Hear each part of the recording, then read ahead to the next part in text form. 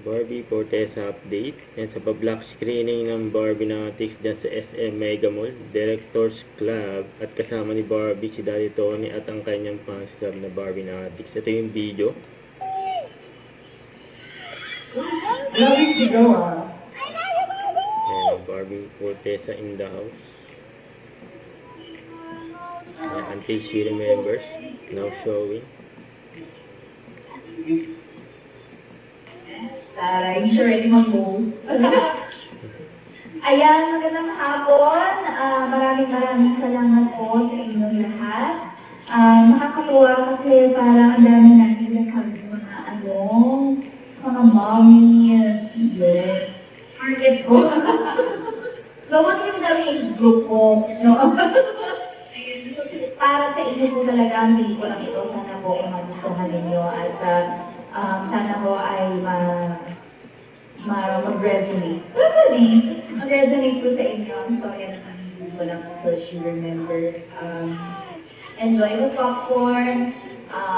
I will try to finish the film kasi parang hindi rin naman ako makakauwi agad kasi the EDSA is stuck.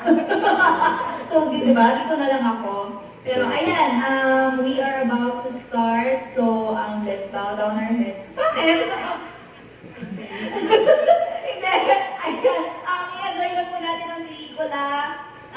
Just let the emotions flow. Yun po ang goal natin lahat. Ramdamin natin ang bawat emosyon. Kung naiiyak, umiyak. Kung matatawa tayo. Kung kikiligin. Kung maapektuhan tayo, please. Yun po ang aming goal talaga. Na talagang ma-relay namin ang tama ang mensahe ng pelikula. So, yun lamang po. Salamat and showing na tayo today!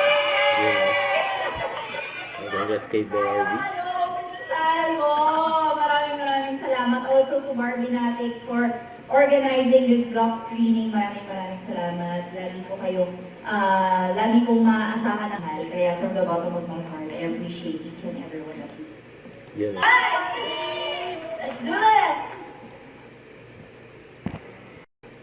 Don't forget to subscribe, click the notification bell for more updates. This is Richard the Action Live. Stay tuned for more videos. See ya.